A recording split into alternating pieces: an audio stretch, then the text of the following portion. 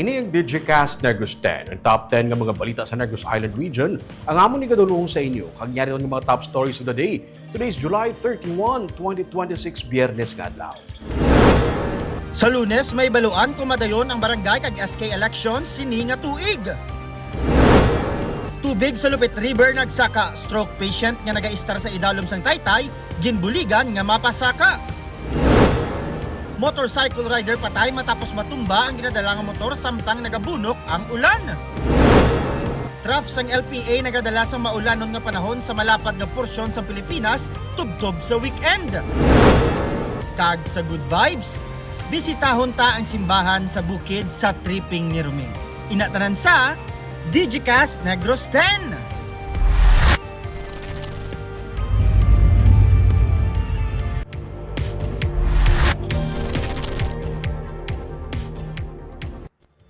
Sa number 10, ang LPA nagadala karon sa maulanon nga panahon sa malapad nga porsyon sa Pilipinas kag ini ang magapadayon tubtob sa weekend. Yara na sa sulod sa Philippine Area of Responsibility ang isa ka low pressure area nga ginabantayan sa Pag-asa. So 4 p.m. yara ini sa 965 kilometers east sang southeastern Luzon. May manubo inik sa karon nga tsansa nga mangin isa ka bagyo sa masunod nga 24 oras pero wala ginadula ang posibilidad sa Pag-asa nga posible nga mag-develop ini sa isa ka bagyo. Ang trough o kung ang punta o kung ang ikog nga parte sang LPA ang nag-aapekto sa malapad nga area sa Pilipinas, lakip na sa Visayas. Sa makita sa satellite image, alo sa milog na Southern Luzon, Visayas kag Mindanao ang apektado karon sa sining nga trough. Nagagiyo sa westward nga direksyon ang LPA nga ginapaabot nga magtiner sa east sang Bicol. Antes ini matunaw. Sunod sa Pag-asa, ang LPA ang ginapaabot nga magadalasang maulanon nga panahon tubtob sa weekend sa Bicol, sa Visayas kag sa Mindanao. Banantayan sa gihapon ang posibilidad sang pagbaha kag kung magsigi bunok ang ulan. Kag posible man ang landslide bangod pila na kadlaw nga nagabunok ang ulan kun hapon kag kun gabi.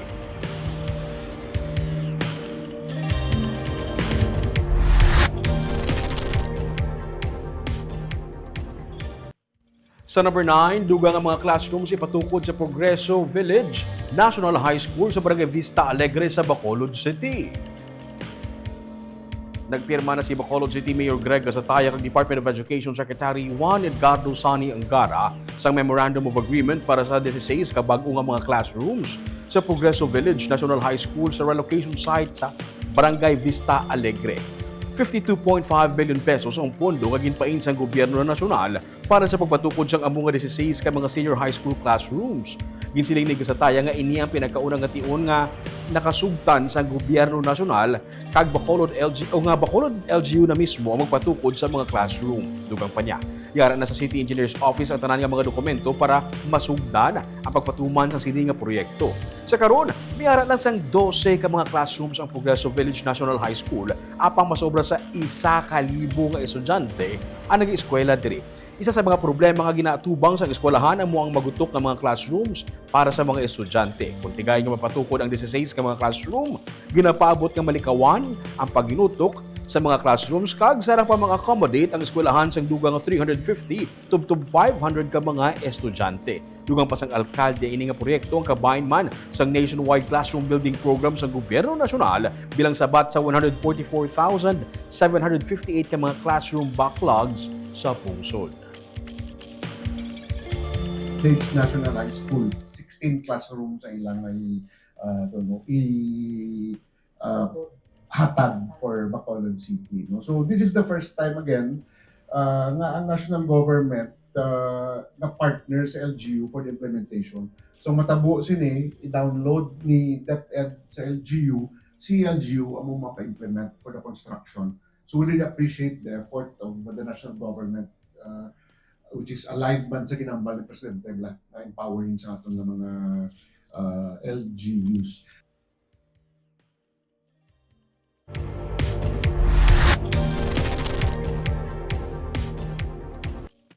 Sa number 8, masobra sa 3,000 ka mga graduating students gikan sa 601 ka mga barangay sa Negros Occidental ang nakabaton sa ayuda subong adlaw. Sa idalom sang bawat barangay makikinabang program sang Presidential Assistance to Barangays, May tiglima ka mga graduating nga mga estudyante sa kada barangay ang nagbenepisyo gikan sa ginhatag nga 100,000 pesos nga pondo. Sunod sa kay ASEC Rhea Epistola, luyag ni President Ferdinand Marcos Jr. nga mabuligan sa ilang mga kinahanglanon ang mga graduating students. May separado pagid nga 100,000 pesos nga pondo nga ginhatag sa barangay kasarang nila magamit sa priority projects nila, kangay sa street lights, pagbakal sa kagamitan o kung igasto angot sa disaster preparedness. Sa Panaad Park and Stadium, ginrelease ang 200,000 pesos nga check sa kada barangay sa pagpanguna ni Cabinet Secretary Benjamin Abalos Jr. Suno kay Epistola, 8 billion pesos ang pondo para sa 42,011 ka mga barangay sa Bilog nga Pusod, kag tapuso nila ang releasing antes pa man ang election ban. Ginapasalamatan ni Governor Eugenio C. Lacson ang bulig sa mga barangay nga nag-abot. Upod sa Representative Alfredo Marañon III, Javier Miguel Benitez kag Mercedes Alvarez nga pareho nagpasalamat sa pondo nga ginrelease ang Office of the President direkta sa mga barangay. Naging patigayon man nga rice distribution sa idalom sang bawat bayan makikinabang program. Suno kay Abalos, grassroots ang ginatutukan sa administrasyon karon para mabatyagan sa mga pumuluyo ang pag-ulikid sang gobyerno sa ila. Ngayon lang nagkaroon ng ganitong komprehensibong programa sa kasaysayan ng Pilipinas. Ang may 5 scholar sa bawat barangay sa buong Pilipinas, pwera pa ang 100,000. Pwera pa ang local government support fund sa lahat ng LGUs sa pondo mismo ng isang Pangulo. Ibinababa ang Malacanang sa tao. Well, this is one way again of directly helping the 601 barangays here in Negros Occidental. By the way, this is not only happening in Negros Occidental but all over the country. So we are very thankful to the President for extending this assistance and for also giving importance to education.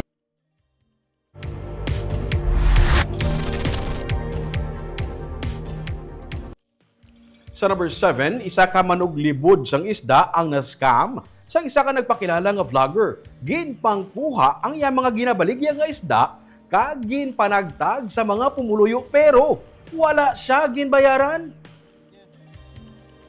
Daw hindi kapati ang manuglibod sang isda nga kapin sa 10,000 pesos nga balor sang isda kag cash ang nadula sa iya matapos mabiktima sa ginaligar scammer nga nagpakilala nga isa ka vlogger sa barangay Bugang, Banwasan Tuboso, Huwebes nga adlaw.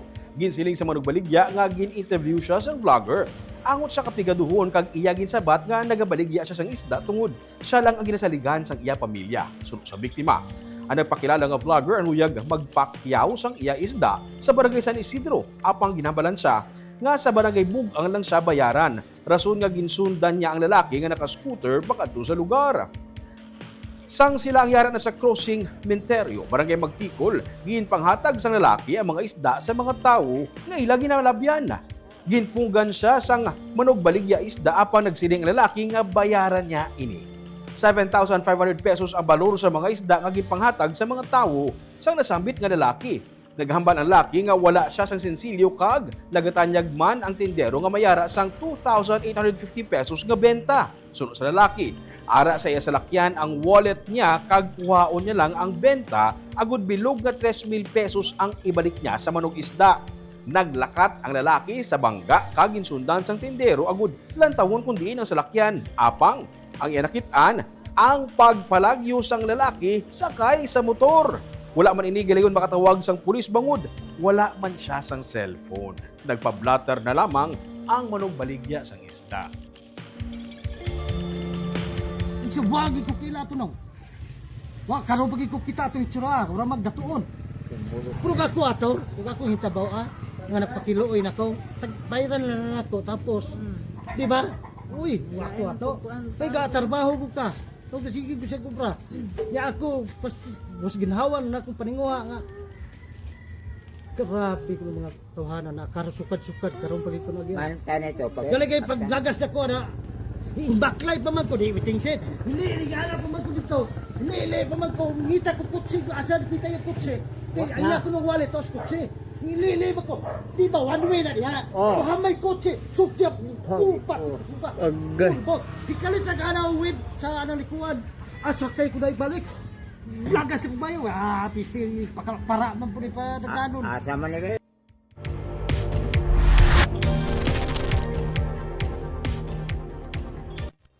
Sa number 6, isa ka motorcycle rider patay matapos matumbang yung motorsiklo samtang nagabunok ang ulan.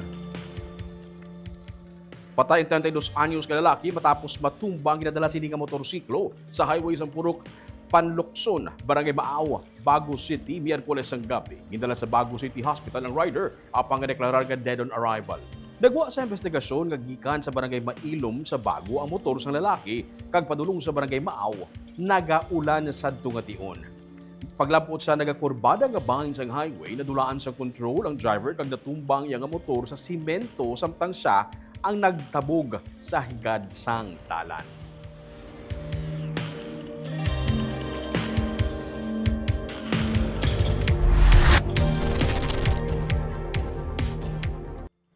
Sa number 5, isa ka lalaki ang patay matapos gintiro sang wala pa makilalaan nga persona sa banwa sang La Castellana.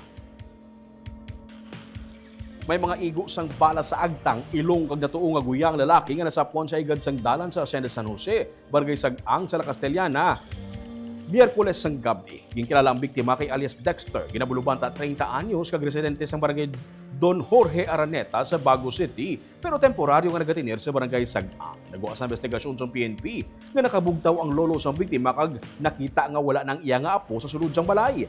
Iya inigin pangita kag dito na sapuan nga dugoon sa higad sang dalan. Sunod sa saksi, 4 kasunod-sunod nga lupok sang pusil ang iya nabatian ugaling wala ini magwa sa balay bangod sa kakulba. Na-recover sa crime scene ang 4 ka mga fired cartridge cases, isa ka fired bullet slug, kag 2 ka mga deformed bullet slugs, apang sa wala pa mahibaluan nga kalibre sang armas.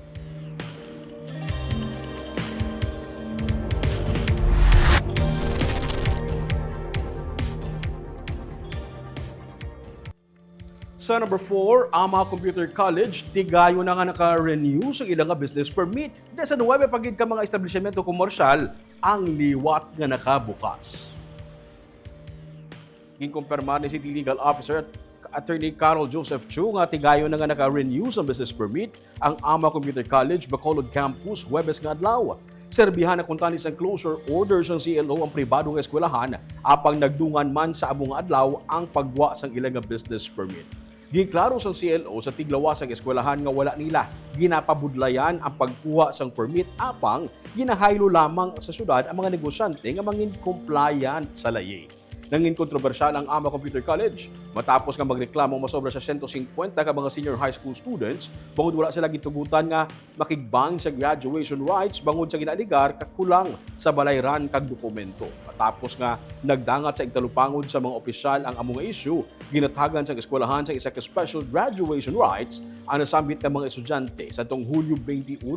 Samtang may 19 pagid ka mga establishmento komersyal nga ginseradaan ng CLO, ang tigayo naman nga nakaproseso sa ilang mga kulang nga mga dokumento rason nga nagbukas sila liwat. Lakip sa 19 ka nagbukas liwat ang isa ka kilala nga resto bar sa Bacolod City. Parayon man sa kay Cho ang ilang operasyon kag hana sila sa gihapon nga mag-serve sang closure order sa mga baligyaan nga wala sang permit sandig sa rekomendasyon sang Business Permits and Licensing Office. Man ko kaya ang ila representative dire na gistoryahanan man kami. Well, sa Patsang City, gin-express man namon ang amon trust why we are doing this. Kaya gin-explain namon sa ila nga hindi niyang pabudlayan ang mga negosyante or establishment ni sa aton or mga institutions. This is ang aton sini is compliance sa mga regulatory requirements naton.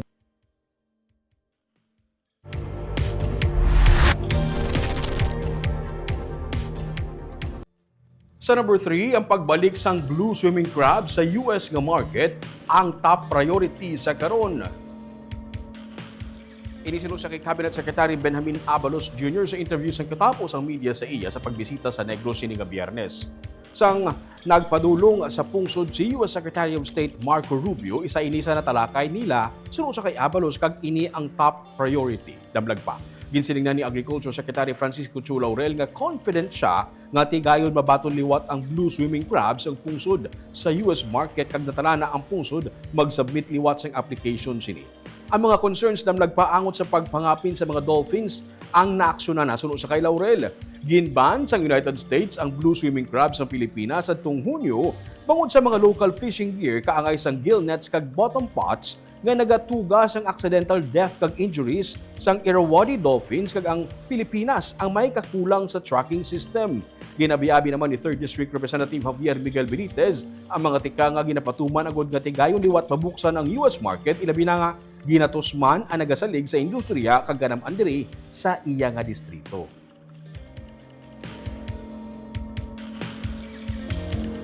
Well, it has been, if you've heard that Secretary of State Rubio went to the Philippines and it has been discussed as a top priority by our new president. It has been brought to their attention. I'm sure they're now working on it because of this blue crab issue. If they're working on the renewal of opening the market? Yes, nasabi na po ito sa Secretary of State because one of the issues that was discussed, top priority po ito. Talaga sinabi na po ito ng ating hatang pamilya. Nalabot sa atong natabsik ang problema naton sa agrikultura sa kay Office of the President, kay President BBM kabay pa as labi na gid sa blue crab industry malift na gid ang ban. So hopefully ma-comply kita from the public and private sector, buligay kita para ma-comply yan.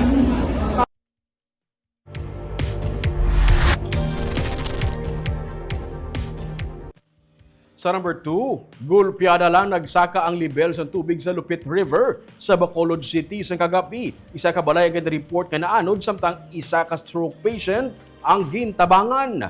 May report sa Richard Caballero. Sa video nga gimpost ni Bacolod City Mayor Greg Gasataya kagabi, makita ang gulpiada nga pagsaka sang level sang tubig sa Lupit River sakop sa Barangay Takuling.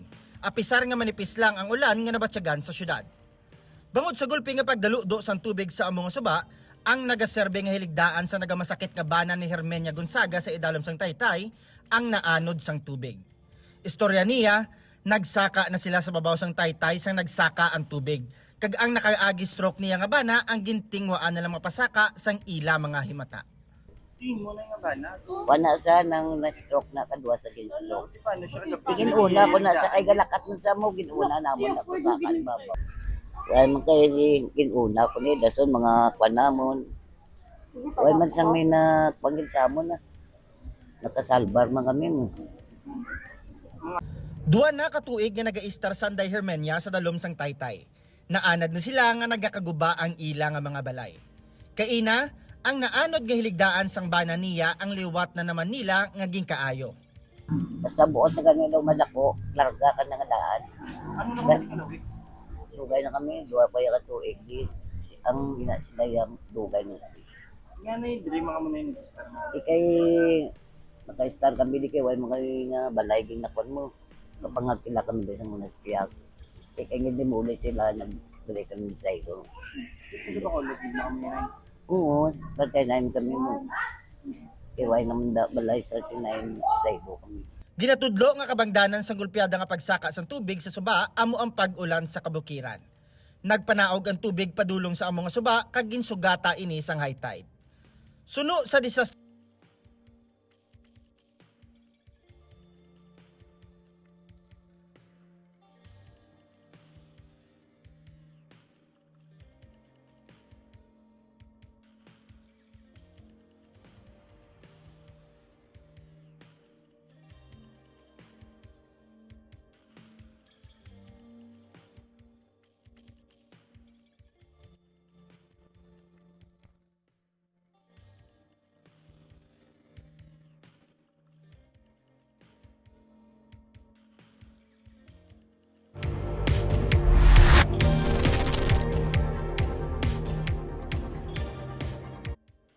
Kag sa numero 1 sa mga balita subong nga adlaw.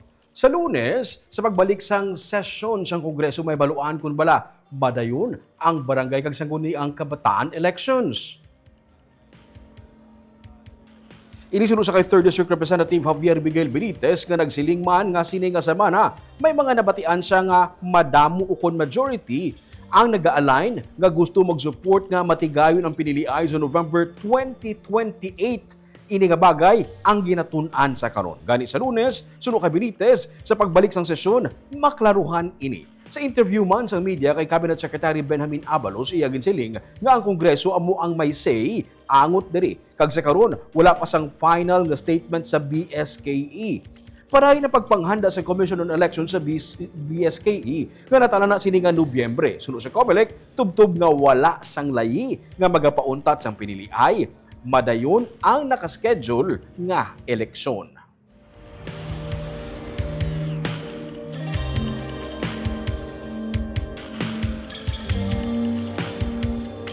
We will know more on Monday. Sa sining semana do damo ta nabatian.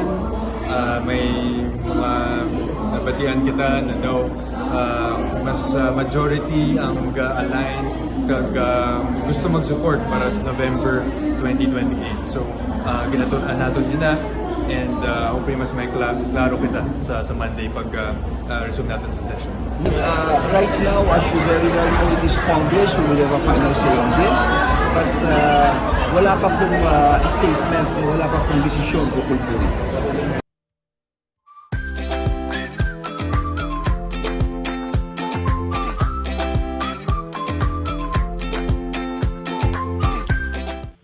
Kagyari ang pangpabalo na mo sa inyo pang pag-good vibes sining weekend.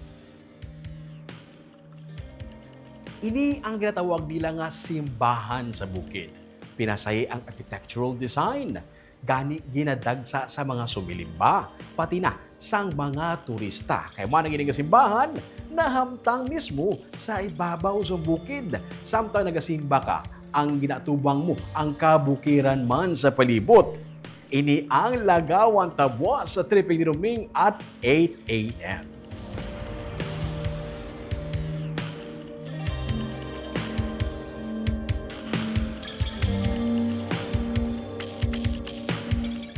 Shoutout anay sa atong live viewers subong nga hapon.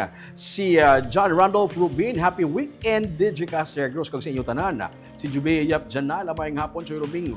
Kag Digicast Negros nagalantaw gikan gihapon sa Baguio City. Tugnaw pag nagkurusubong sa inyo mama. Si Gloria Bantigay, good afternoon Digicast NIR kag sa Rubin Subaldo watching from Pulupandan. Happy weekend sa tanan kuno hambal ni mama. Si Mirna Garino Clavel, good PM Digicast Negros and sa Rubin watching from Bacolod City. Si Romel Mahilong Galio, as ever heart. Si Marvy Cipriano Aquino, good afternoon Digicast Negros. Good afternoon Choy Ruming, watching live from Silay City. Kagamuyan tong top 10 ng mga balita sa Negros Island Region. Subong adlaw, tubtub sa Lunes. Ako si Romeo Subaldo. Have a safe weekend.